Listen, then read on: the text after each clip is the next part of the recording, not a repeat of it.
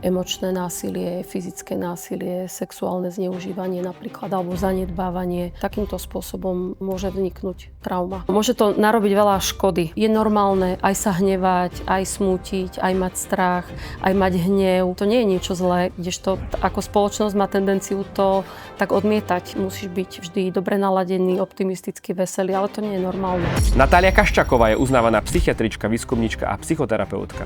Prezradí nám, ako vznikajú traumy, aká je ich prevencia a riešenie. Ľudí, ktorí prichádzajú s deťmi do styku, učiť ich to primerane vyjadrovať, tie pocity, tak napríklad môžete pripraviť dieťa na to, že keď sa mu stane niečo ťažké v budúcnosti, čo neviete ovplyvniť, bude vedieť si v tom poradiť. To sa vie zo štúdií s potomkami holokaustu. Tí potomkovia vlastne majú posttraumatickú stresovú poruchu.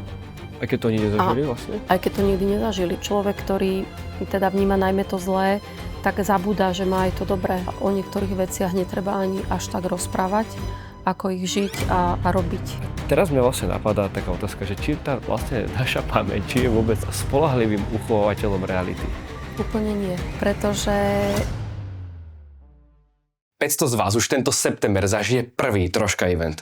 Príď a zažij deň, kde stretneš 8 výnimočných hostí z oblasti zdravia. Profesor Oravec, Ernest Caban, Vlado Rožko, Diana Mozoláková, Jaroslav Ľahký, Vlado Zlatoš, Viera a Nil Dudmanovci a Daniela Maťuchová. Ak sleduješ Troška, zdvieš, že toto nebude povrchné. Rezervuj si svoj listok už teraz, pretože kapacita je obmedzená. A ja sa už teraz teším na naše stretnutie. Priatelia, po polhodine tohto videa na vás nevyskočí žiadny hero, Patreon či platená sekcia. Všetky informácie od hostí, ako sú lekári, vedci, experti, nájdete v Troškaste zadarmo. Jediné, čo od vás žiadame, je odber. Vďaka tomu môže Troškast zostať aj naďalej zadarmo. Hlavným partnerom tohto Troškastu je Niohek.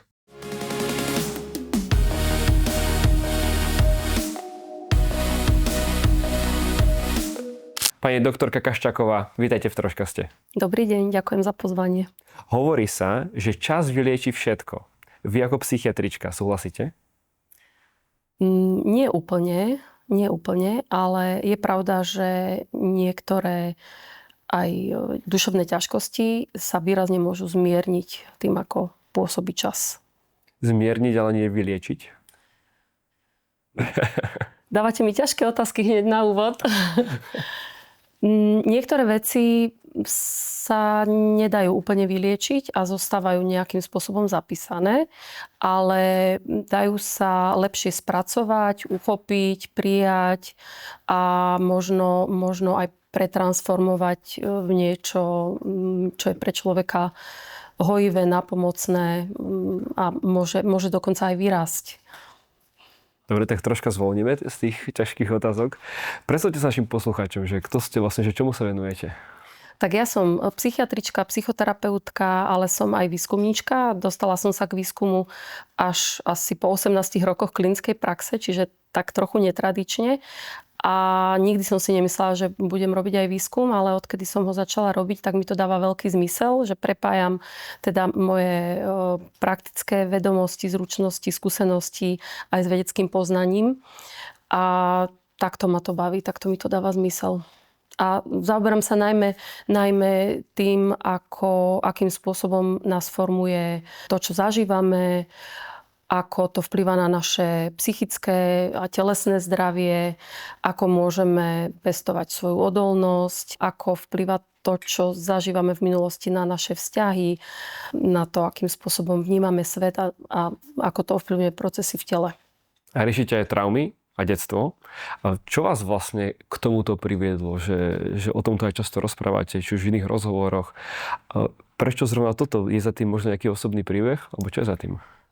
Je za tým najmä to, že ako psychiatrička sa stretávam s ľuďmi, ktorí prinášajú svoj životný príbeh a často som videla u svojich pacientov, že mali nejaké náročné detstvo, zažívali ťažké veci v detstve a že to ich nejakým spôsobom formovalo a ovplyvnilo. A teda, že každý, kto u mňa sedí, ja pracujem s dospelými, bol dieťaťom a že ho to nejakým spôsobom vyformovalo. Takže preto ten záujem o túto tému. Čiže vlastne, keď chcete ísť ku koreňu tomu problému, tak častokrát to končí niekde v detstve, áno? Áno. Ja vždy so svojimi pacientmi rozoberám aj ich životný príbeh. Tak poďme si nejakým spôsobom asi zadefinovať, čo je vlastne trauma. Lebo častokrát ja počujem, že trauma je všade a že aj nepríjemný zážitok je trauma. A vy ako psychiatrička, ako to máte vlastne zadefinované, že čo je čo? Áno, dobre ste to uviedli, že je už sklon to tak veľmi zovšeobecňovať a rozširovať to aj na bežné zážitky, možno nejaké nepriaznivé. To sa nedá nazvať traumou, ale ja sa držím aj nejakých definícií, napríklad DSM klasifikácia, čo je americká klasifikácia duševných chorôb, tak ona zvykla definovať traumu skôr veľmi úzko, že sú to nejaké zážitky, nejaké náročné udalosti, ktoré sa úplne vymykajú z bežných zážitkov, ktoré človek zažíva, typu nejaká veľká katastrofa prírodná alebo vojna, mučenie, sexuálne násilie. A postupne ale tie kritériá sa aj rozširovali aj v zmysle tej objektívnej udalosti aj na drobnejšie záležitosti.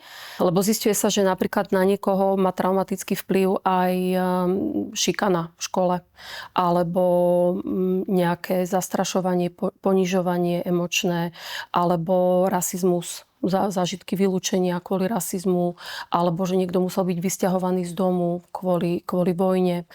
Takže naozaj je to rôzne a tie definície sa aj menia v čase a posúvajú.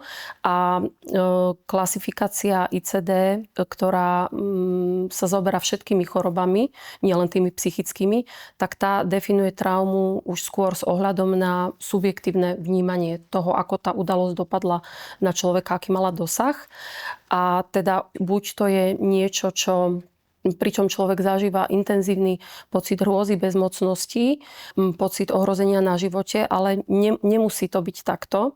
Plus také nové pojmy, ktoré priniesli tie nové klasifikácie ICD-11 v roku 2018 je, že sa zaviedla komplexná trauma do klasifikácie ochorení.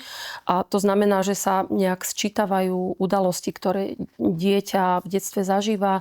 Ide často o zážitky nejakého emočného týrania v zmysle ponižovania, zastrašovania, urážania, potom nejaké fyzické násilie, sexuálne násilie nemusí byť ani v zmysle ako styku sexuálneho, ale stačí aj opakované nejaké nevhodné správanie týmto smerom. Vlastne, ťažká definícia. Je to ťažká definícia, ale keby som to mala zhrnúť, takže že trauma je najmä to, akým spôsobom na nás tá udalosť nejaká dopadne. A to nezávisí len od tej samotnej udalosti, od jej objektívnej charakteristiky, ale aj od toho, aké má človek dispozície vrodené, aké má vlastnosti, akú má svoju vlastnú odolnosť, potom nejakú vulnerabilitu na stresory. Sú deti, ktoré sú napríklad zvýšene citlivé a to sú tzv. Orchidei, ktoré majú takú zraniteľnejšiu genetickú výbavu, zvýšenie nejak reagujú na stres, aj treba s neurovegetatívnymi procesmi a sú deti, ktoré sú viacej odolné, tak na tie možno tá istá udalosť nedopadne rovnakým spôsobom. Vy vlastne hovoríte o tej udalosti, ako keby to bolo niečo, že čo prichádza zvonka?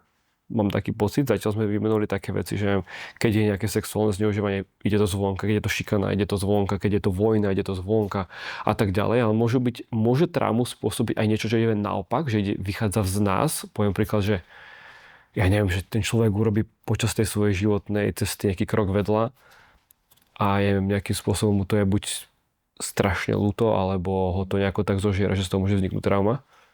Môže. Hej, zaujímavo o tom uvažujete. Je to naozaj tak, že aj naše ako subjektívne spracovávanie životných udalostí alebo toho, čo zažívame, čo sa nenazývame ako nejaká traumatická udalosť, ale keď zažívame napríklad intenzívnu hanbu v spojení s niečím, alebo intenzívne pocity viny v spojení s niečím, alebo dokonca aj keď naši rodičia niečo zažívali a my o tom počúvame, tak aj toto môže mať na nás traumatický vplyv, že môžu vlastne aj tie druhé generácie ľudí, napríklad to sa vie zo štúdií s potomkami holokaustu alebo genocídy v Rwande, že tí potomkovia vlastne majú posttraumatickú stresovú poruchu. Aj keď to oni nezažili vlastne? Aj keď to nikdy nezažili. Že majú vlastne intrúzie, to znamená také vnúcujúce obrazy a flashbacky, ale nezažili to. Čiže aj takýmto spôsobom môže vzniknúť trauma. Keďže sleduješ tento troškas, tak verím, že vieš, že kreatín je najpreskúmanejší suplement na planete. Kreatín ti dodá výbušnú silu, umožní ti odmakať tvrdšie tréningy, spôsobiť väčšie svalové poškodenie a vďaka tomu nabudovať viac svalov. Kreatín je takisto veľmi efektívny nakopávač mozgu, ktorý podporuje kognitívne funkcie a zmierňuje spánkovú depriváciu. A ty si ho môžeš zakúpiť od nášho partnera, či už v kapsulovej alebo v práškovej forme na webe www.neohack.sk a zadaj pri tom zľavový kód TROSHKA a získaš 10% zľavu. Teraz späť k troška. Ja to vidím napríklad na tom, že keď niektorí ľudia, napríklad presne keď ste vyťahli tú tému, že holokaust, tak niekto si napríklad o tom číta knižku. Nikdy v živote nebol s tým človekom nejakým spôsobom spojený, dokopy vlastne ani nevie, že kto to je. A číta si napríklad niektoré tie príbehy a behá z toho mráz po chrbte, že je to desivé. Akože nehovorím, že to vznikne z toho trauma, ale ja som si niektoré veci takto čítal a nechcem povedať, že to ľutujem, ale je to také, že naozaj že strašne desivé. Hej? A že človek si to veľmi dobre pamätá, čo tam napríklad bolo a tak ďalej. Ano. Že ako keby máme tendenciu si pamätať tie zlé veci. Áno.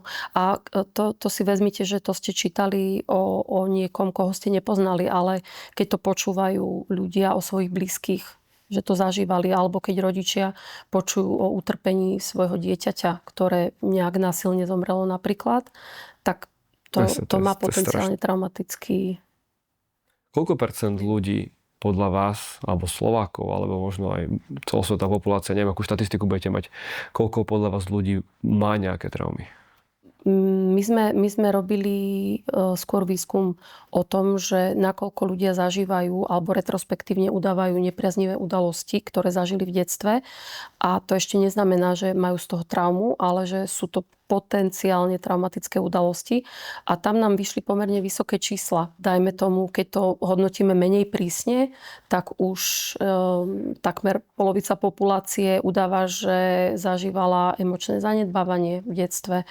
Ale opakujem, že nie na každého to má nejaký traumatický potenciál. A potom sa to dá odstupňovať, že sa sleduje, že nakoľko to bolo intenzívne, závažné, tie udalosti, aká bola častá frekvencia, tak tam sú tie čísla samozrejme nižšie.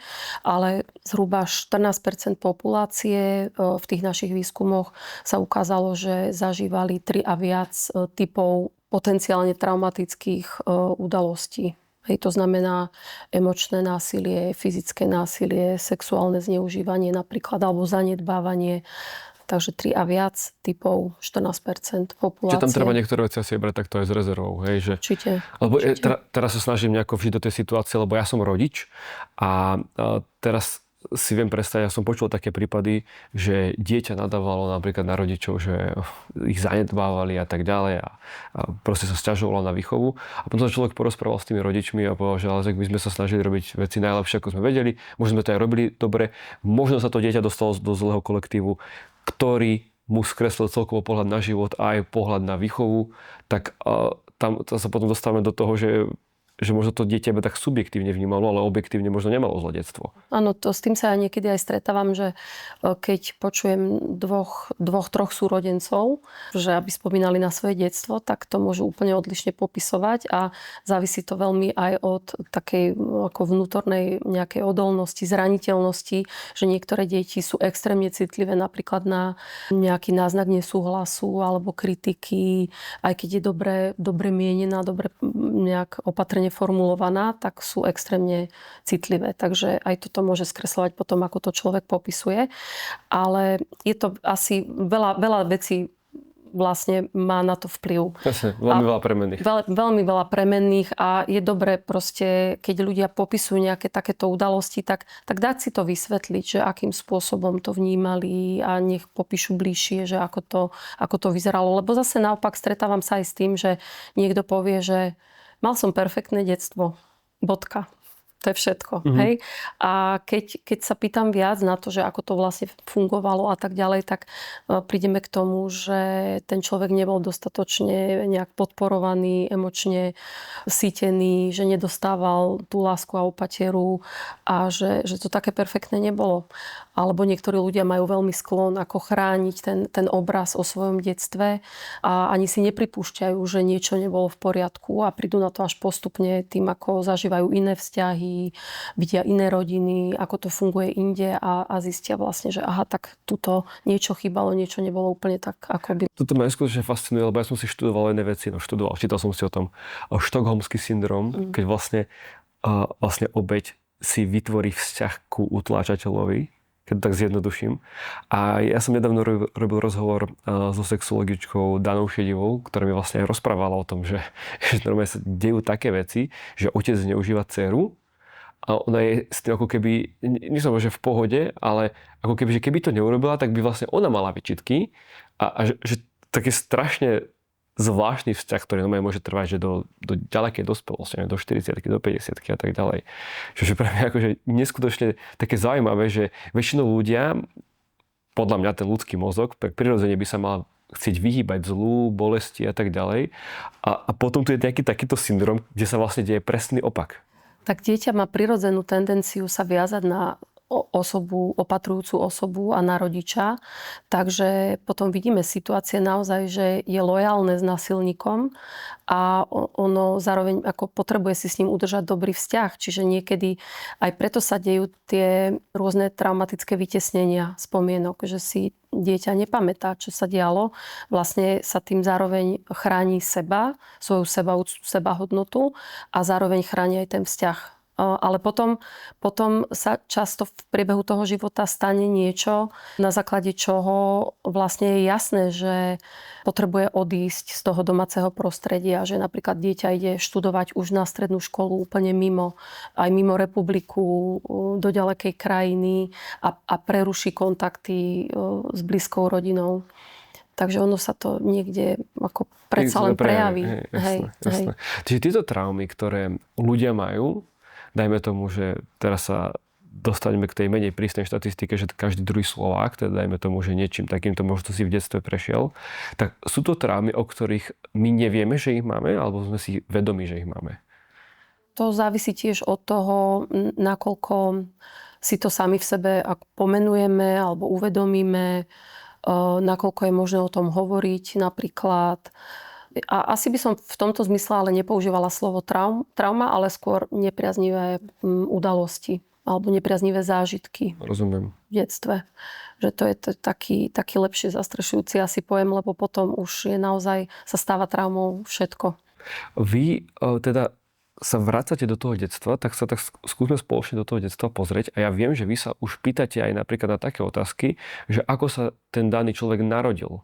Že prečo až takto ďaleko?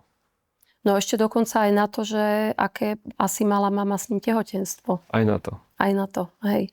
Lebo vlastne už v tom prenatálnom období pred narodením sa formujú nejakým spôsobom spôsoby, akým človek potom reaguje neskôr na stres.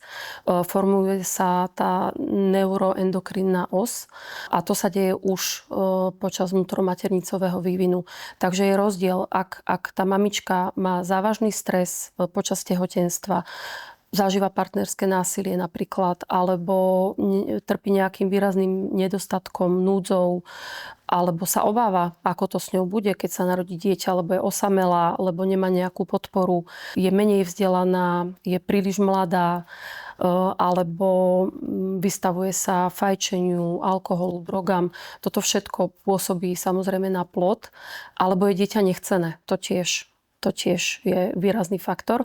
Alebo ide o mamičku, ktorá má sama nejaké nespracované ťažké zážitky z detstva, je prípadne traumatizovaná, má sama vychylenú tú stresovú reaktivitu, tak toto sa môže dostávať bábätku. Vlastne síce placenta poskytuje veľmi dobrú ochranu, lebo je tam taký placentárny filter, enzym, ktorý ten kortizol nadbytočný spotrebováva a nedostáva sa k bábätku, ale keď je ho už príliš veľa, tak ten filter už nestačí, ten enzym už nestačí a ten kortizol sa dostáva vlastne k bábätku. A To som už nevedel. mení tie regulácie u plodu. Takže vlastne perfektne zasa vymyslené to ľudské telo, neskutočné. Že vlastne asi nečakalo telo, že budú ľudia žiť v takom chronickom strese, ako žijeme teraz. A na ten príležitostný stres, ktorý je teda dobrý, tak mal nastavený filter. Áno. Ale teda aj každý filter dokáže nejakým spôsobom zlyhať, keď je toho príliš veľa. Presne.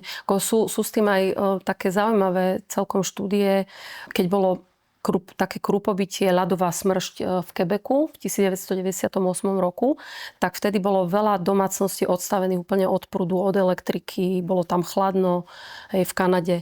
Bola potom robená štúdia s tehotnými matkami, ktoré boli vystavené týmto podmienkám a dokonca sa tam aj rozdelili tie skupiny matiek na tie, ktoré zažívali veľmi veľa takýchto dní, bez elektriky, bez vody, bez tepla.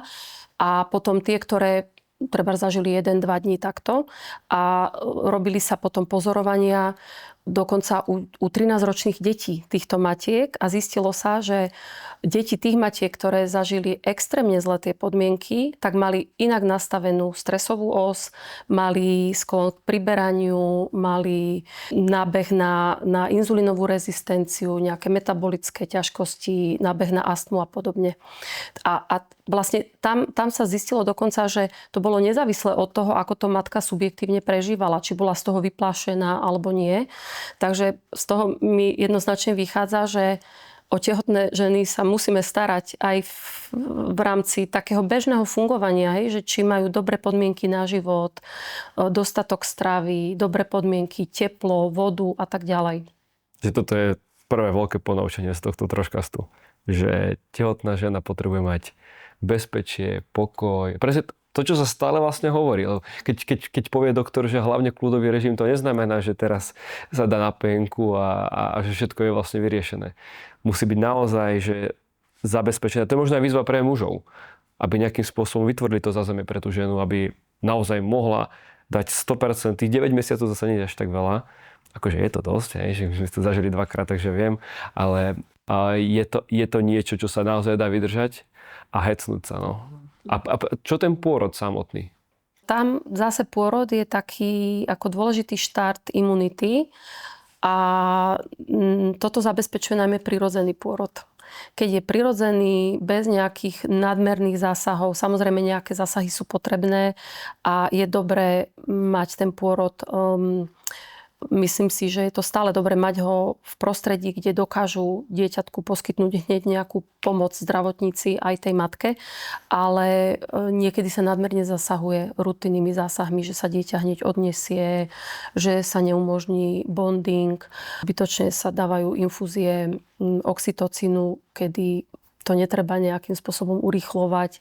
Ale ja do toho nechcem príliš rozprávať neonatológov, lebo to nemajú príliš radi, ale myslím si, že niekedy je dobre sa vrátiť ako k takému sedliackému rozumu viac, že menej je viac a niekedy stačí len ako čakať a nechať to prirodzene plynúť, pretože ono je to tak veľmi dobre vymyslené, že ten prirodzený oxytocín, ktorý matka vylučuje počas kontrakcií, tak ten vlastne veľmi dobre otvára pôrodné cesty a ten pripravuje aj jej organizmus na pôrod a takisto tlmi bolesť prirodzeným spôsobom, kdežto keď dostane oxytocinovú infúziu, tak to už vôbec nemá tie centrálne účinky, ako ten jej vlastný oxytocín. Hej, to má len periférne účinky.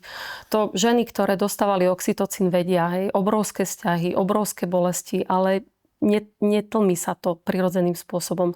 Takže už tento štart, potom niekedy sa musí ten pôrod končiť cisárskym rezom, hej, že... Môže to byť trauma? Pre ženu pôrod, aj pre dieťa. No, asi sa skôr bavíme o tom dieťate, lebo verím tomu, že pre ženu dokáže byť aj pôrod trauma. Lebo ja som počul samozrejme aj taký názor. Jeden je taký, že to bolo hrozné, to bolelo a neviem čo. Potom pár žien je taký, že OK, nebolo to príjemné, ale dalo sa to. Ale potom sú aj také, ktoré hovoria, že úžasný zážitok, neskutočné, chcem to znova zažiť, brutál, to je skvelé. No áno, ale to veľmi závisí od toho, akú má tá žena podporu. okolia.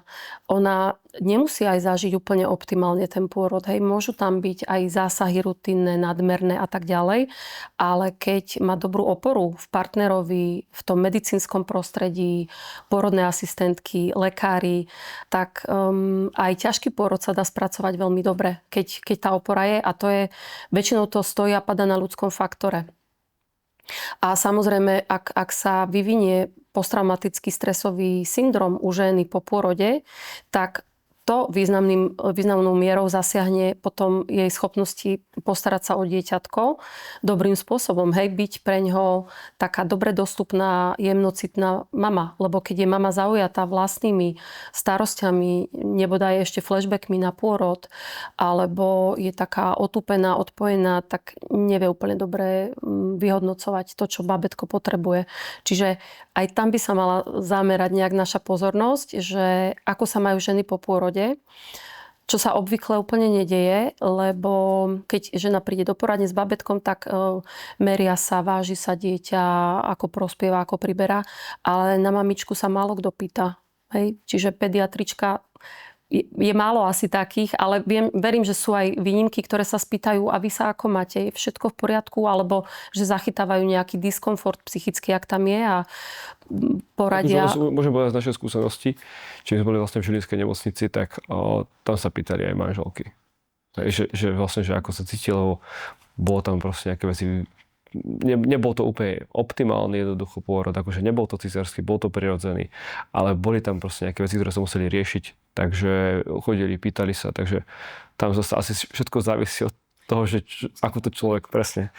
Ľudský faktor, asi nielen ale aj ľudský, možno už v dnešnej dobe kapacitný, že či tam je dostatočný personál vlastne na to, by mali čas vlastne toto všetko riešiť, lebo viem, že naozaj tým, že u nás obidve deti sú vlastne prečasňatka, takže viem, že u nás to bolo práve o tom, že to dieťa hneď bolo na prvom mieste. Hej, to treba skontrolovať, to Apgarové skóre a tak ďalej, vyhodnocovať, aby všetko jednoducho bolo v poriadku.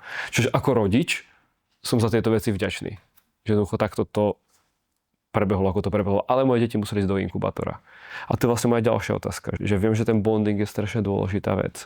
A čo keď jednoducho není umožnené, aby tam proste bol? To je prvé 2 hodiny po pôrode napríklad. Častokrát to nie je umožnené, že buď je to len taký námatkový, že tak narýchlo priložia bábätko a potom ho odnesú na nejaké rutinné zásahy, alebo to nemôže prebehnúť kvôli zdravotným dôvodom. Ale dá sa to dohnať. To sa dá dohnať v tých prvých týždňoch, prvých mesiacoch, prikladať si veľa bábätko na seba. Ten kontakt koža na kožu je nesmierne dôležitý na to, aby sa vyľaďovali na seba. Ja som raz počul, že bonding je prvých 18 rokov života. Takže to ma tak utešuje. Hej. Môže to sa natiahnuť na veľmi dlho. Jasné. Hej. Ale potom tu ešte je taká druhá vec. Dieťatko samozrejme, hlavne takto, keď je vlastne po tom pôrode odlúčené od tej matky, tak on sa na ňu veľmi naviaže a častokrát za každým, keď není s ňou plače, keď není na rukách plače a tak ďalej. A potom sú tu tie rady od tých starších generácií, že neučte ho na tie ruky, pretože to dieťa sa potom naučí a už nebudete mať pokoj. Nedvíhajte ho, keď plače, nechajte ho v postielke sa vyplakať a tak ďalej. Vy z tohto vášho hľadiska, traumy a tak ďalej, to ako vnímate? Toto sú ako hrozné rady, ktoré sa žiaľ tradujú, a dokonca, keď sa mi narodil prvý syn, tak kolovala aj taká príručka. Mamičky si to medzi sebou posielali, že ako dieťa naučiť spať samé, a tam boli rady typu, že treba ho nechať vyplakať, a tam bolo postupne, že ako ho treba nechať v tej izbe, nech tam pláče a najprv tam akože trošku prísť, ale potom ho už nechať, teda nech pláče a tak ďalej. No, ako to sa mi zdá hrozne škodlivé a môže to narobiť veľa škody. Hej, že vlastne dieťa má taký vrodený repertoár správania, že ono si tým svojim správaním zabezpečuje opateru blízkou osobou, takže dokáže plakať, hýbať hlavičkou, plaziť sa, usmievať sa na matku a privolávať jej pozornosť. A vlastne matky by mali na to reagovať, mali by práve to využiť, že aj oni majú tú schopnosť sa naladiť na to dieťa, a mamičky majú tendenciu prednostne na svoje dieťatko reagovať a skôr to okolie je také, že ich zastavuje, že ale nerob to a netreba ho nosiť, alebo ja som počúvala, keď som nosila svojho syna prvého, to bolo ešte taký nezvyk nosiť v nosiči, že zlomíte mu chrbticu, hej, a podobné reči a on napríklad vôbec nechcel byť v kočiku, on chcel byť nosený. Moja prechádzka vyzerala tak, že som kočík tlačila, v ňom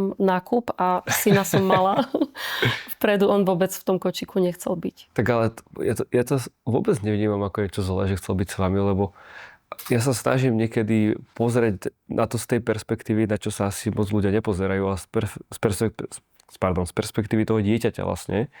Celý život bol v bezpečí v maternici, zrazu vyjde vonku do nebezpečného sveta, kde proste nič nepozná. Jediné, čo pozná, je hlas matky a nejaký ten tep a všetky tie veci, čo vnútri počulo, by chcelo počuť asi znova. A keď mu toto odoprejeme nejakým spôsobom, tak si myslím, že mu len dávame dôkaz toho, že ten svet je naozaj nebezpečný. A že tu není jednoducho, že neviem, či to je proste ten optimálny vzorec správania, ktorý chceme vychovať v spoločnosti. Že na všetko sa dívať ako na niečo zlé. Však to vidíte na mnohých ľuďoch, že nedôverujú iným ľuďom. Vôbec. Hej, a vlastne pramení to z toho, že si nevytvorili takú primárnu dôveru v blízkeho človeka a potom sa to väčšinou na celý svet vlastne premietne. Dobre, toto sú také... Dobre, bavíme sa o tom, že to, čo sa stalo pred pôrodom, pôrod, po pôrode, do neviem, určitého veku. Ja som počul, že do 7 rokov nejako sa formuje tá osobnosť a tieto veci. Súhlasíte? No, tých prvých 5 rokov je takých mimoriadne dôležitých, ale potom je veľmi dôležité ešte to obdobie puberty a adolescencie, kde je tiež také dôležité vývinové okno, kde je ten mozog ešte viacej plastický. Hej. Takže to rané detstvo do tých 5 rokov a potom puberta a adolescencia, ale vlastne počas celého života je mozog mimoriadne plastický tiež, takže dá sa ako celoživotný. Čiže vy to neberete takto tragicky, lebo niektorí ľudia hovoria, že pokiaľ do 7 roku života ty ako rodič nevychováš takú osobnosť, takéto vlastnosti a tak ďalej, tak potom už s tým nič nemôžeš robiť, pretože potom už je to v rukách iba toho dieťaťa. Ja si myslím, že stále je šanca na zmenu.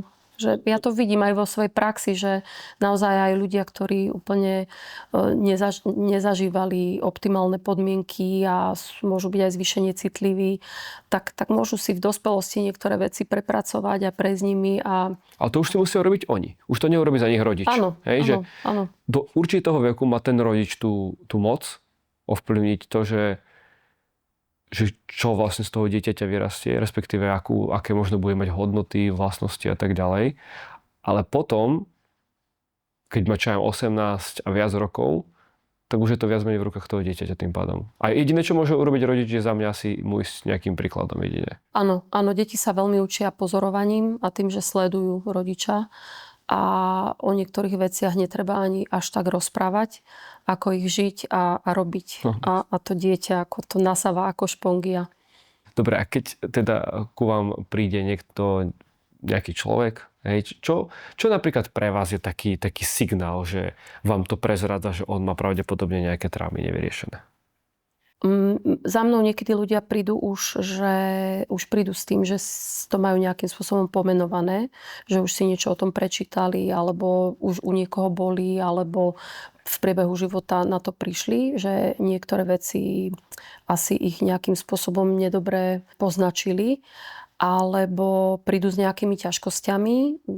Napríklad, príde niekto, kto je chronicky unavený, preťažený, má sklon sa veľmi prepínať v práci a postupne prídeme k tomu, že celkovo vo všetkých vzťahoch má sklon sa prepínať, príliš pozerať na to, ako druhý, čo druhý a vôbec ako nevnímať svoje nejaké potreby. A že to pramení napríklad z toho, že na jeho potreby vôbec v detstve nebol kladený žiaden dôraz, nebolo to brané ako niečo dôležité a že skôr dieťa sa prispôsobovalo tomu prostrediu, tomu, čo zrovna potrebuje mama, otec, ako ho chce vidieť okolie, ako ho potrebujú vidieť v škole, pani učiteľky a že vlastne naučilo sa nejak uprednostňovať všetko ostatné a všetkých ostatných pred tým, že by vnímalo, čo potrebuje ono. A že z toho pramení potom množstvo problémov, ktoré má neskôr v dospelosti. A tým nechcem povedať, že teraz by sa mal výhradne na seba zamerať a pozorovať sa a čo potrebuje a vykašľať sa na to, čo ostatní, ale je veľmi dôležité ako začať od seba a naučiť sa vnímať, že vlastne ako sa teraz mám, čo potrebujem, čo by som mohol zmeniť, je mi nejako neúplne dobre, cítim nejaké napätie, nejaký diskomfort. Čo sa vlastne deje, čo je v nesúlade. Možno sa bijú nejaké dve potreby medzi sebou. Hej, treba spotreba podať dobrý výkon a uspieť. A naproti tomu je nejak potreba po aj oddychu, odpočinku alebo po nejakej inej realizácii napríklad. Keď niekto takto v detstve je že prehliadaný, tak verím, že je tam ako keby tendencia k vybudovaniu sú nejaké také tej prehnanej samostatnosti toho dieťaťa.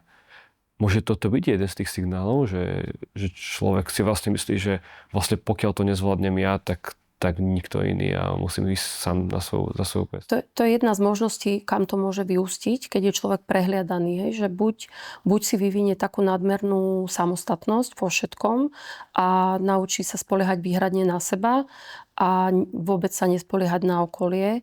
A aj keď by potreboval pomoc, tak sa neobráti na okolie. A to je tak, vyvinie si také vyhybavé stratégie vlastne.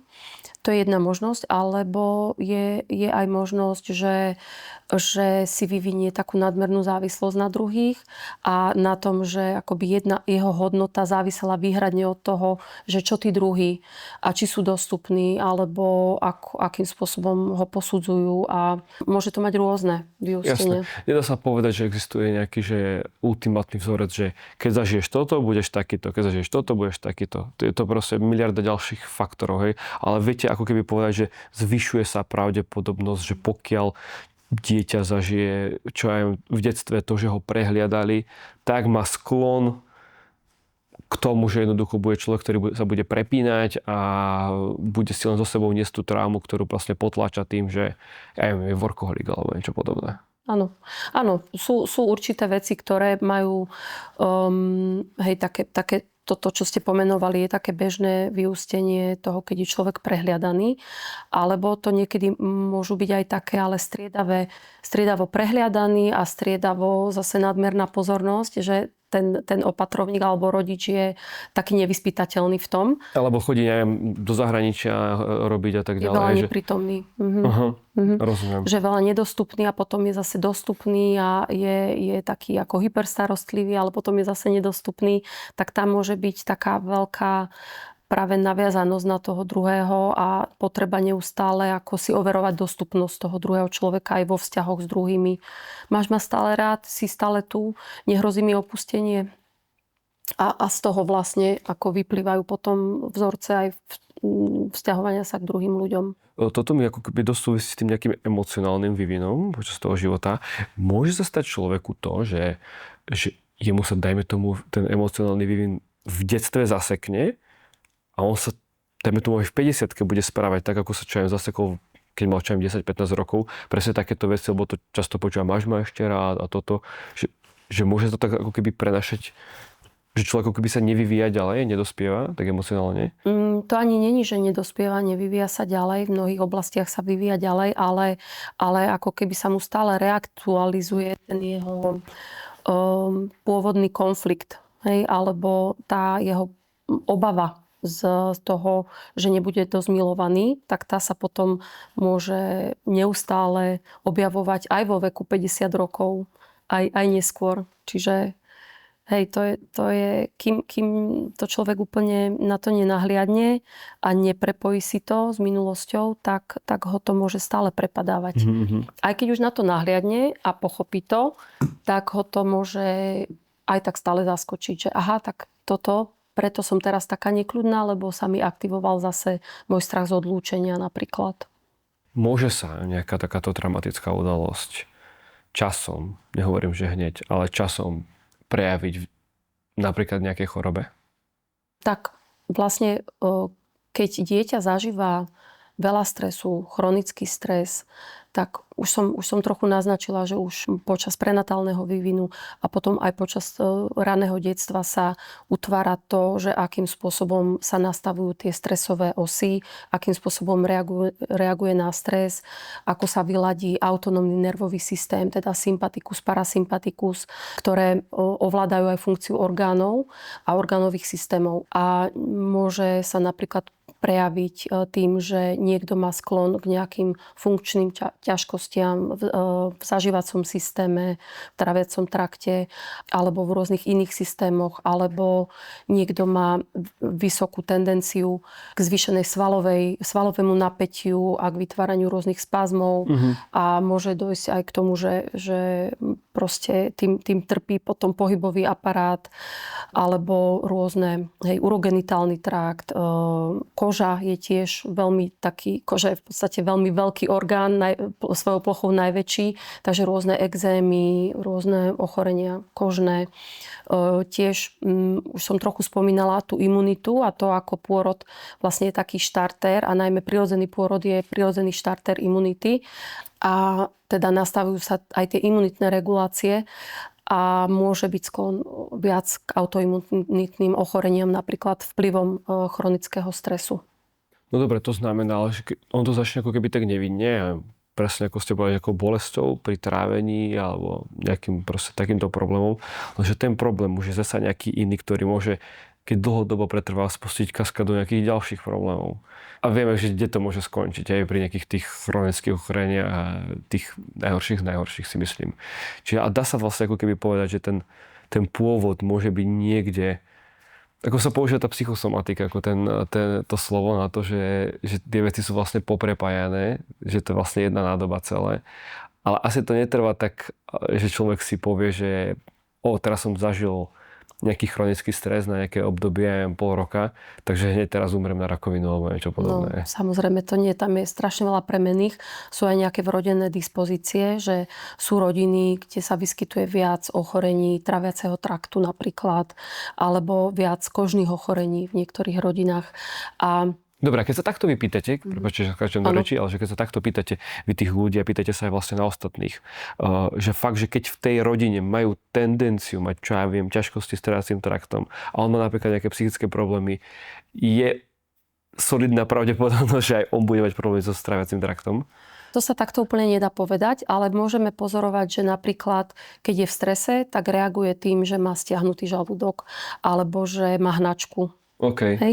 Ale tak reaguje množstvo ľudí. To je možno viac ako polovica populácie reaguje hnačkou na stres. Hej? Že pred skúškou študenti idú opakovane na vecko alebo aj proste rôzne iné ťažkosti. Ale to je vlastne dôkaz to, aká strašne tá hlava tým pádom silná, ako veľmi ovplyvňuje to telo. Áno. Že dokáže takúto vec jednoducho ovplyvniť, ktorú my vedome viac menej neovplyvňujeme nejako.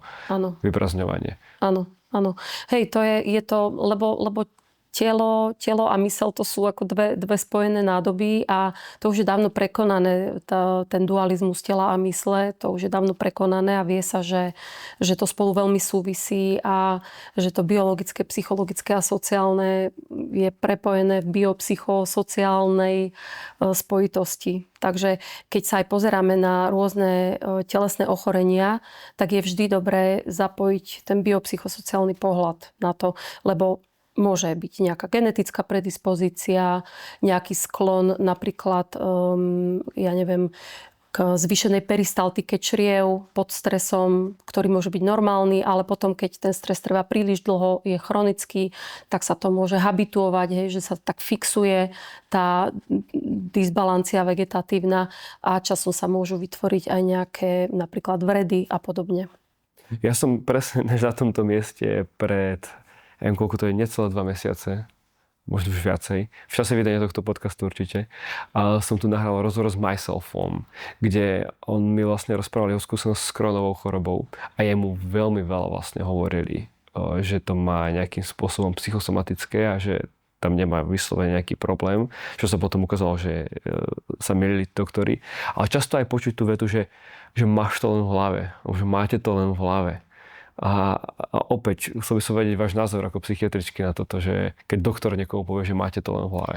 To je veľmi nešťastné vyjadrenie, pretože má to predsa aj v tele. Hej. Keď má nejaké ťažkosti, má napríklad krvácanie pri stolici alebo nejaký nález, keď sa robí kolonoskopia, tak to predsa nemá len v hlave. Hej, má to aj v tele a ono sa to navzájom podnecuje a často aj potom už ten telesný ako nález zase ovplyvňuje psychické prežívanie a už z toho môže byť taký kruh, ktorý sa navzájom ovplyvňuje.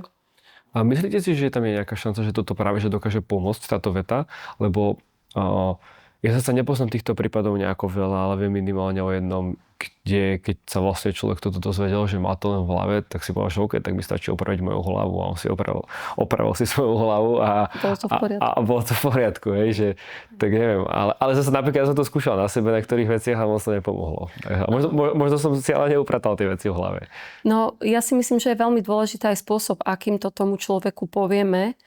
A keď aj tušíme, že nejaké jeho telesné ochorenie, že má aj nejaké premenné, ktoré by sa dali ovplyvniť v zmysle toho, že by iným spôsobom sa pokúsil premýšľať o sebe, o druhých, alebo že by viac napríklad zapojil relaxáciu, oddych a viacej by si vyladil ten vegetatívny systém, tak dá sa to ale povedať inak, než že máte to len v hlave, ale dá sa to povedať na vysvetlení toho biopsychosociálneho konceptu, že proste akým spôsobom naše telo funguje a ako sú tie procesy vlastne prepojené a že teda netvrdíme, že to je výlučne psychologicky dané ochorenie to, ktoré má, ale že výraznou mierou sa môže uplatňovať prežívanie a ono konec koncov ľudia, ktorí majú nejaké takýto typ ochorenia, napríklad ľudia s ekzémami, ktorí tým trpia už roky, tak veľmi dobre vedia, že príde stresové obdobie, skúškové obdobie, alebo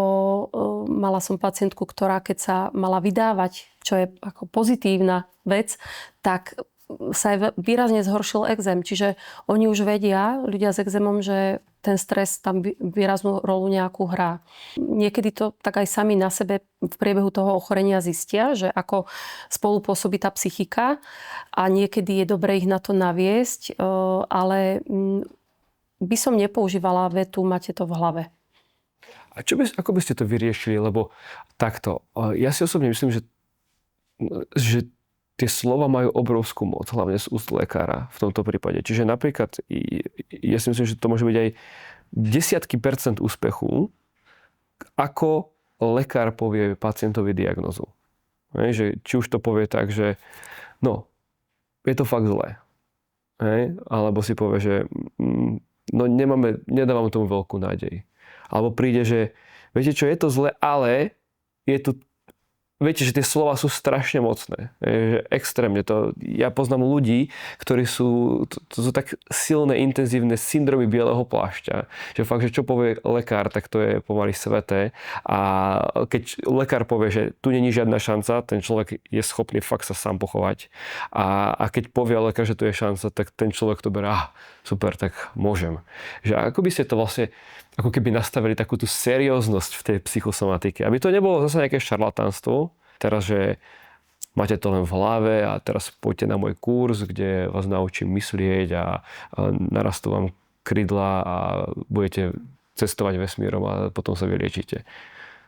Je pravda, že tie slova majú obrovskú silu a že niektorí ľudia si to potom so sebou nesú ako také posolstvo a podľa toho už sa riadia a podľa toho žijú a môže to byť niekedy veľmi na škodu. Ale našťastie poznám mnohých, ktorí aj ako takéto negatívne posolstva počuli a našťastie potom sa zmobilizovali, naštvali sa, vyhľadali niekoho druhého, kto im dal iný pohľad a iným spôsobom na tú istú diagnózu v podstate sa pozrel a im to rozobral viac na drobné a pomohlo im to. Na to ale asi neexistuje univerzálna rada, ale myslím si, že vždy je dobré dať nádej tomu človeku, pretože vždy tá nádej existuje. Koniec koncov, ak má aj niekto chronické ochorenie, ktoré nie je šanca, že sa vylieči a môže aj dopadnúť zle, tak vždy je tam šanca, že to bude bežať dobrým spôsobom a vždy sú veci, ktoré ten človek sám môže nejako ovplyvniť a urobiť. A to poznajú mnohí pacienti, ktorí majú nejaké chronické nevyliečiteľné ochorenie, že veľmi aj oni môžu do toho vložiť kus seba a závisí potom, ako to ochorenie prebieha. Je to podľa mňa veľmi dôležité nejakým spôsobom vedieť správne odkomunikovať. A ako ste povedali, lebo potom ja vidím, že veľmi veľa ľudí ako keby uteká od tej západnej medicíny. Lebo častokrát práve tú nádej im nedá západná medicína, ale dá im to nejaká alternatívna. Kedy, častokrát sú to také, že sľubujú hory doly, ale keď má s tým človek pozitívnu skúsenosť a jemu to naozaj pomôže, tak prečo nie? Lebo akože ja už som to niekoľkokrát v podcaste povedal, že mne je jedno, že či to je západná medicína alebo alternatívna, alebo hocičo, pokiaľ to pomôže, tak sa vlastne splnilo účel. Áno. Áno, ako pokiaľ to pomôže určite, ale sú situácie, kedy sa človek nelieči napríklad tými alternatívnymi spôsobmi tak, ako by sa mal a premešká možno nejaké štádia, ktoré by sa dali ovplyvniť riadnou liečbou. Takže v tomto to môže byť také často kontraproduktívne alebo škodlivé. Takže priznám sa, že mňa hnevajú takí tí rôzni pseudoodborníci, ktorí využívajú silu ľudskej psychiky a možno, že majú oni nejaký taký dar, že dokážu byť veľmi presvedčiví a je zase fajn, keď vzbudia v človeku nádej, ale nie vždy to dopadá dobre, že niekedy naozaj to vedie aj k zhoršeniu a k úmrtiu.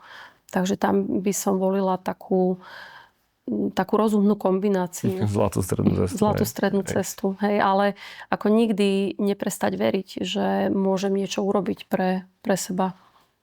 Keď sa ešte vrátim k tým traumám.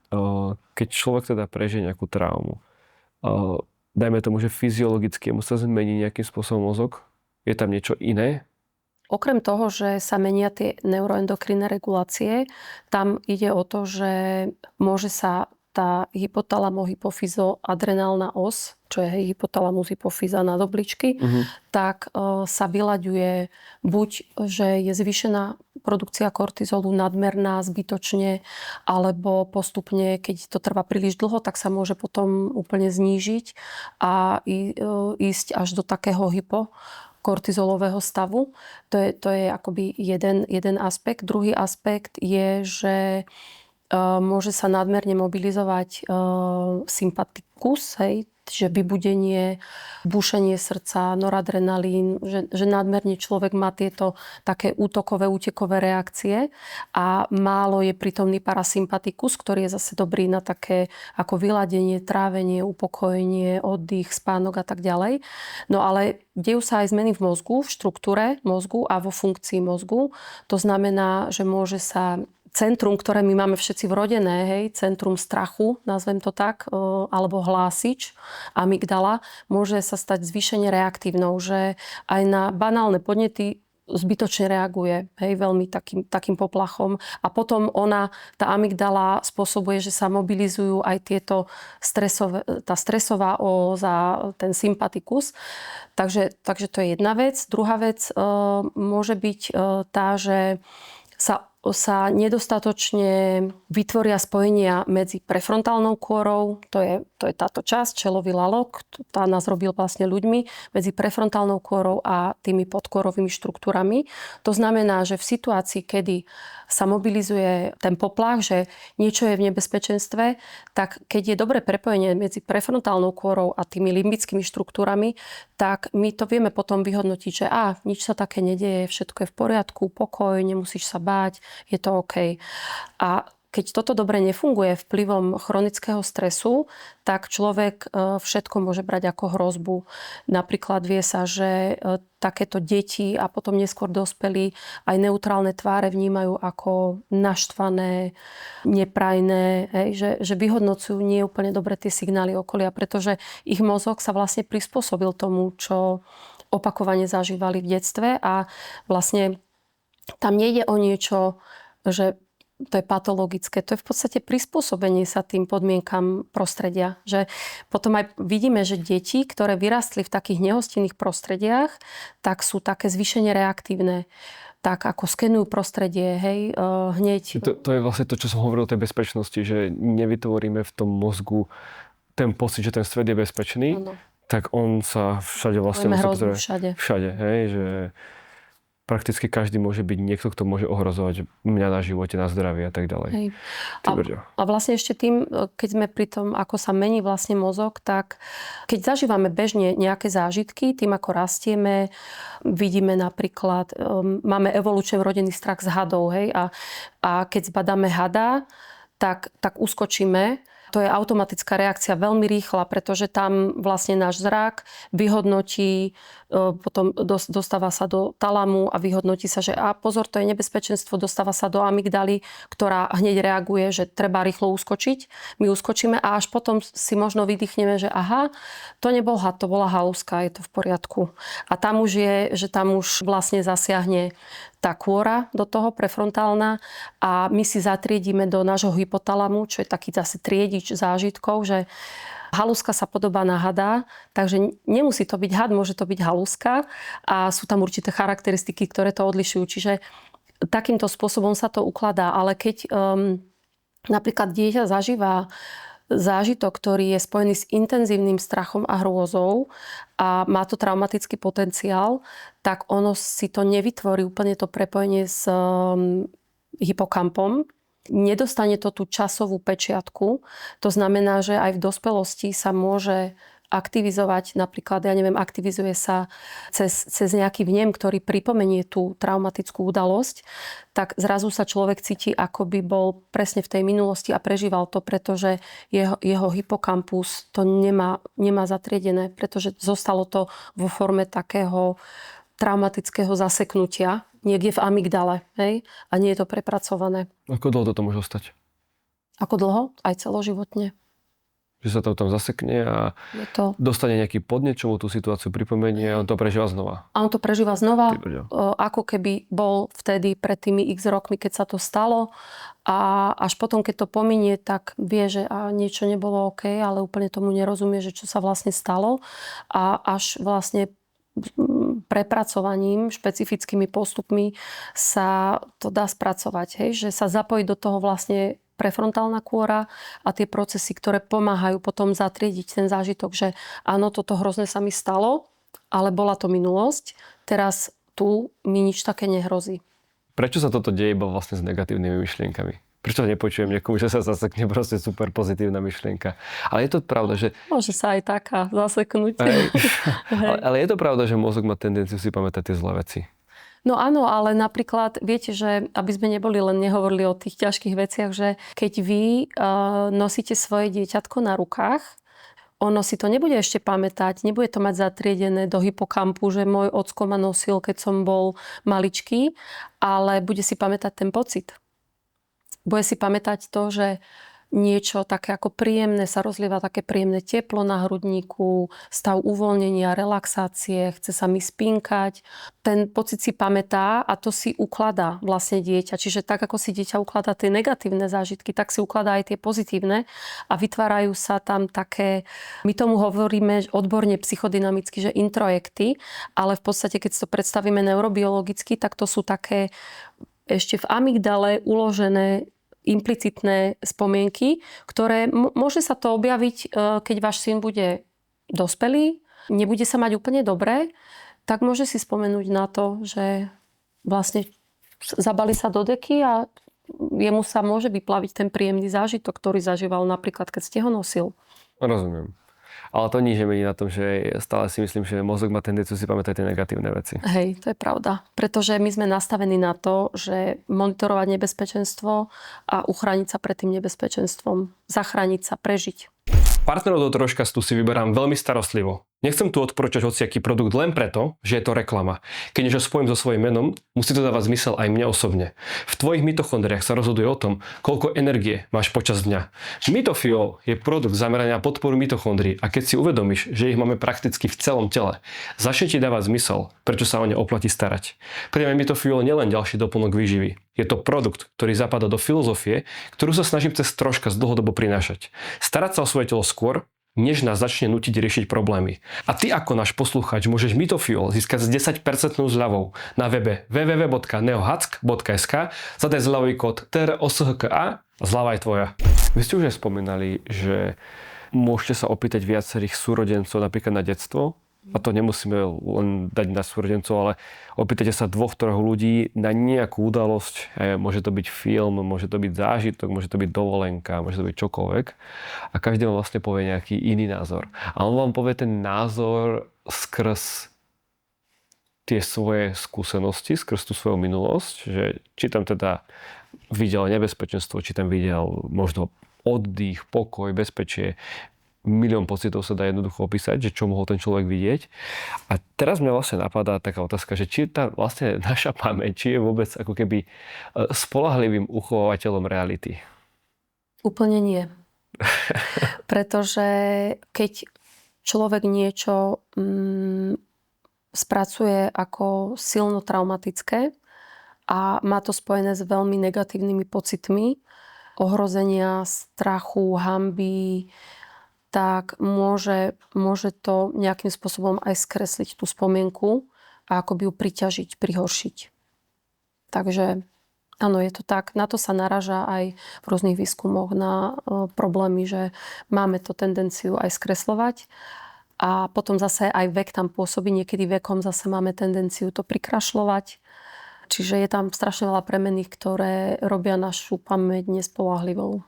No preto ja vždycky, keď sa niekoho pýtam na niečo, že aké niečo bolo, alebo ešte lepší prípad je to, že keď sa niekto iný pýta niekoho, koho poznám, na nejakú udalosť a ja som to na tej udalosti bol a opisuje ju a ja si hovorím, že tak to vôbec nebolo, veď to bolo úplne iné, že? Ale ten človek si to proste opisuje, tak to bolo to super skvelé. A že ty boli, tak to je teraz Bobby, alebo ten človek, hej? Že to je neuveriteľné. Ale jeho môžu osloviť úplne iné aspekty, ako oslovili vás a môže prežívať, ja neviem, výrazne pozitívne pocity v spojení s niečím a teraz to ako prikrašľuje, alebo naopak sa tam mohol cítiť veľmi ako nepríjemne, trapne alebo niečo, ale z jeho nejakých subjektívnych dôvodov trebárs a môže to popisovať ako, že to bolo hrozné a strašné to bolo a nemali to vôbec premyslené a teda. Takže hej, pamäť je zaujímavá záležitosť.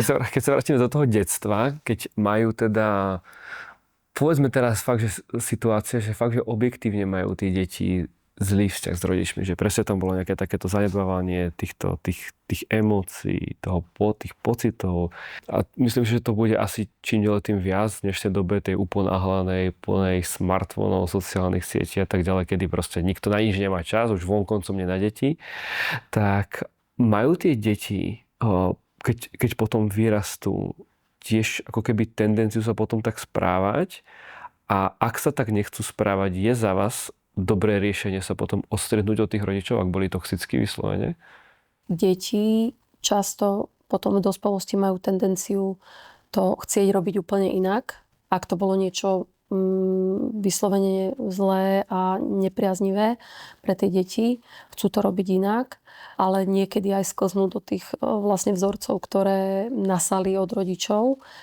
A to, čo ste sa pýtali o tom odstrihnúť sa, neodstrihnúť sa, to veľmi závisí od toho, ako to tí ľudia majú. A ja sa stretávam s ľuďmi, ktorí mali obdobia, kedy napríklad sa trošku vzdialili, vytvorili si nejakú bezpečnú vzdialenosť od rodičov, alebo sami si to proste dávkovali, alebo aj na nejaké obdobia prerušili kontakt a potom sa zase ten kontakt obnovil. A veľmi závisí aj od toho, od schopnosti vzájomne sa počúvať a vzájomne komunikovať. Sú rodičia, ktorí aj uznajú, že áno, tak v tej dobe som sa nevedela na teba úplne naladiť, lebo som zažívala to a to a veľmi ma to mrzí, že to tak bolo, že sa niektoré veci proste stávali inak, ako sa mali pre teba stávať, ale ako vedia to uznať a vyjadriť ľútosť nad tým, ale sú rodičia, ktorí to hodia na to dieťa, že ale s tebou sa nedalo vôbec, hej, bolo to proste akoby ešte viacej umocnia pocity viny v tom dieťati. Čiže taký dialog potom nemá príliš cenu. A to už vychádza z tej spoločnosti, lebo všeobecne vedieť sa ospravedlniť je dosť náročná vec. A ešte keď pred 100 rokmi bolo pomaly to nikto nevidel, aby sa rodič ospravedlňoval dieťaťu. Tak a teraz, ak majú niektoré ešte tieto vzorce správania nejakým spôsobom zakorenené v sebe, tak proste tá ich hrdosť tých rodičov im to proste nedovolí prísť a povedať, že prepáč, že som sa vtedy správal tak, ako som sa správal. Hej, lebo to ako počúvam často, že lebo som povedal, hej, lebo ja som mama, lebo ja som otec, lebo takto to bude, bodka. Hej, to sú aj také sociálno-spoločenské vplyvy. Mňa raz jeden psychológ, ktorý som tu mal, už je to akože dosť dávno, tak mi hovoril, že spoločnosť mení deti, ale nevychováva rodičov. To neviem, či úplne sa tak dá povedať, lebo... Nemení, napravá deti, tak to napravá povedal. deti. Napravá deti, ale nevychováva rodiča, tak to povedal. Pardon. No ja práve mám pocit, že je ďaleko viac edukácie a že mnohí rodičia, stretávam aj takých rodičov, ktorí aj ma vyhľadajú napríklad, keď sa im narodí dieťa, alebo keď ešte len mám mladého človeka napríklad v liečbe a chce sa stať rodičom a veľmi mu záleží na tom, aby bol dobrým, čo najlepším rodičom. Takže že tak vedome k tomu už pristupujú viac mladí ľudia, ako to bolo kedysi. Takže ja mám z toho skôr dobrý pocit a taký pocit nádeje. Aj keď sa stane, že niekto sa stane ako rodičom, mladým, tak často sa aktivizujú nejaké staré krivdy, staré traumy pri kontakte s dieťaťom a často práve v tom veku, v ktorom sa nachádzajú, tak sa tie vlastné traumy nejaké oživujú alebo nejaké boliestky. A je fajn, keď na to ten človek, rodič nejakým spôsobom nahliadne, aby napríklad nezostával vzdialený voči dieťaťu. Lebo sú napríklad rodičia, ktorí sa vyhýbajú nejakému pomenovávaniu emócií alebo konfliktu, alebo keď dieťa je v nejakej núdzi, tak sa od neho odvrátia. Miesto toho, aby k nemu prišli vlastne. A odvrátia sa od neho preto, lebo sami nevedia ani so svojimi pocitmi si poradiť. Alebo sú potom rodičia, ktorí prehnane ústrašene reagujú na to, čo sa dieťaťu deje. Prehnane úzkostlivo a ešte viacej zvýšia úzkosť toho dieťaťa. Ešte viac si ho naviažú na seba a nedovolia mu akoby slobodne skúmať svet. Takže to je zase tiež ďalší extrém. Tak je dobré, aby si týchto vecí boli rodičia vedomí. Napríklad. Čiže to vlastne ako keby návod k tomu, že ak náhodou niekto nevidel ten ideálny nejaký vzťah doma, nemal ideálny vzťah s rodičmi, to neznamená, že jeho deti nemôžu mať iných rodičov. Presne tak. My veľmi často riešime prevenciu. A je mi jasná, aká je to prevencia, keď človek vyslovene má tých rodičov nejakým spôsobom uvedomelých, že dajú teda si pozor na ten prenatálny vývoj, dajú si pozor na to jednoducho, na ten samotný pôrod a aj na to prvotné jednoducho obdobie. OK, ale to je to, čo riešim doma. Lenže tá trauma môže prísť z nejakého vonkajšieho prostredia. Ako rodič, môžem zabezpečiť, že moje dieťa bude mať vybudovanú tú odolnosť a bude čo možno najviac odolné voči týmto traumám, ktoré ja ako rodič neovplyvním, že či prídu do jeho života alebo neprídu. Hej. Lebo nebudem ho držať v zlatej klietke alebo niekde. To by ani nebolo dobré a to by bolo kontraproduktívne, lebo je dobré, tá detská odolnosť sa pestuje takým akurátnym prístupom, že aj tomu dieťaťu poskytujeme dostatok ochrany a bezpečia a podpory, ale zároveň mu aj dávame možnosť, aby dostatočne skúmalo, skúšalo aj samo, aj sa občas popálilo na niečom, čo nezvládnu, aj sa občas mohlo báť a potom to zvládnuť. Hej, čiže tá odolnosť sa pestuje aj takým akoby očkovaním, tými drobnými vecami, tými drobnými stresormi, ktoré je dobré, aby dieťa zažívalo. Takže taký akurát vyvážený prístup, čiže aj dostatok podpory, ale aj dostatok autonómie a slobody pre dieťa. Viesť ho aj k samostatnosti, ale zároveň, keď sa obráti na rodiča, tak ho prijať a pomôcť mu a byť ten ako dospelý ochranca. No a nie len rodičia, ale myslím si, že celkovo, že aj ľudia, ktorí prichádzajú do styku s tehotnými ženami, to znamená pôrodníci, by sa nemali sústreďovať len na to, či má mama ako dobrý tlak, nastávajúca mamička dobrý tlak a dobrý cukor, ale aj ako je na tom psychicky, či nemá nadmerné úzkosti, lebo to tiež ovplyvňuje potom všetko ďalej v ich dieťatku.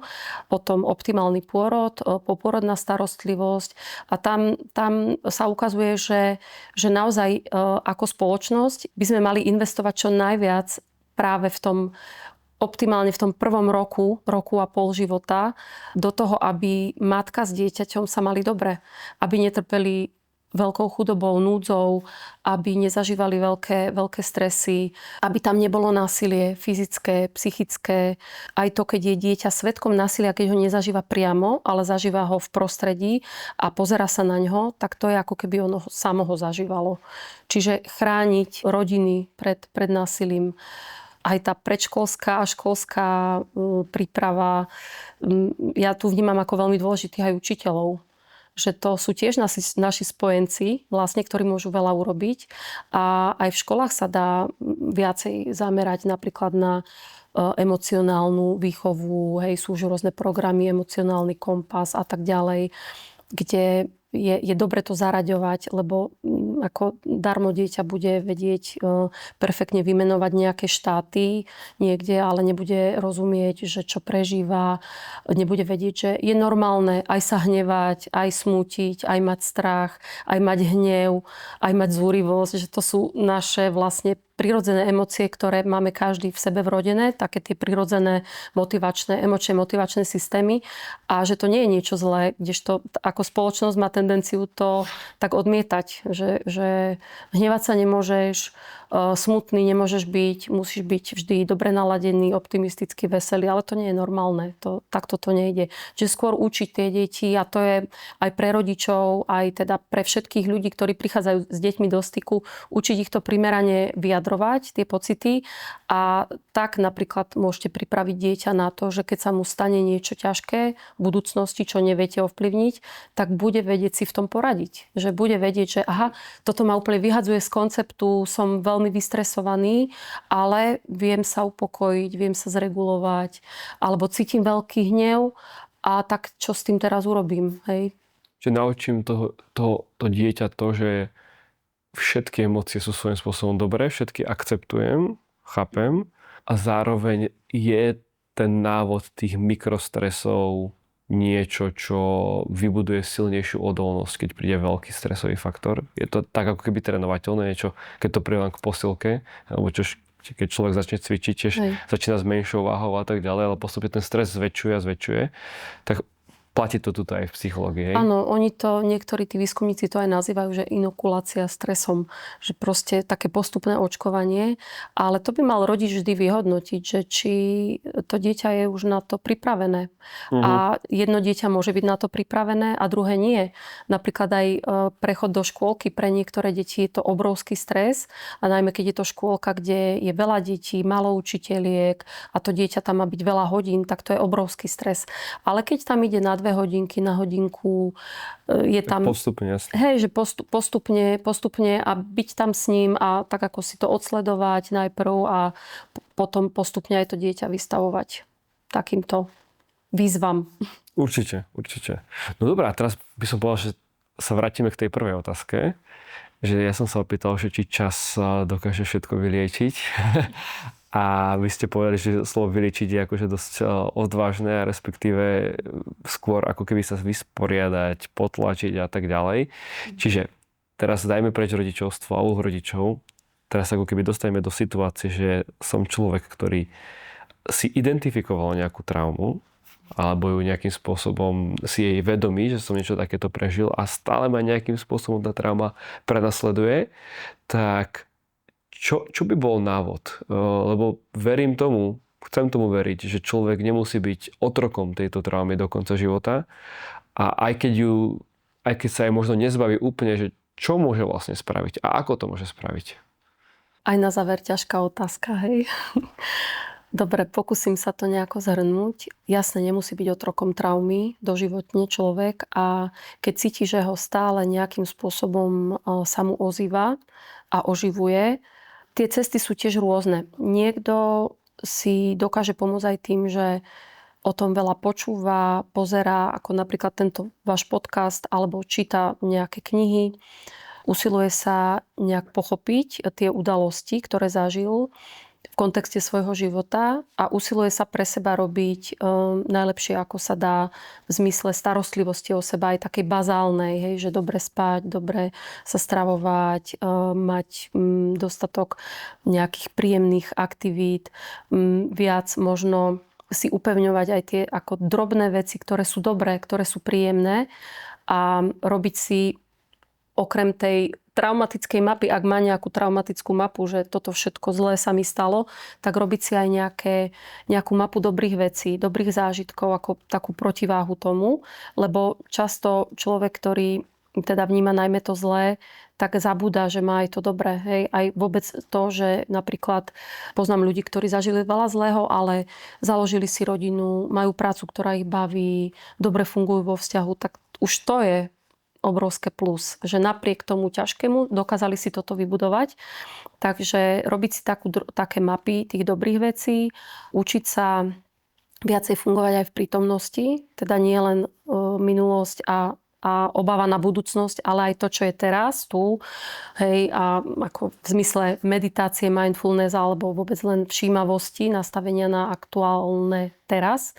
Aktivity, ktoré človeka bavia, tešia a to je tiež niekedy taká práca na dlho, lebo niekedy človek, ktorý trebárs to rieši vysokou pracovnou vyťaženosťou a výkonom a vôbec prestane robiť veci, ktoré by mu mohli prinášať nejaké potešenie.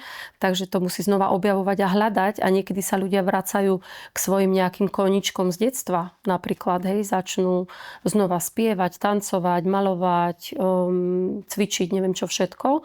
Plus budovať si vzťahy.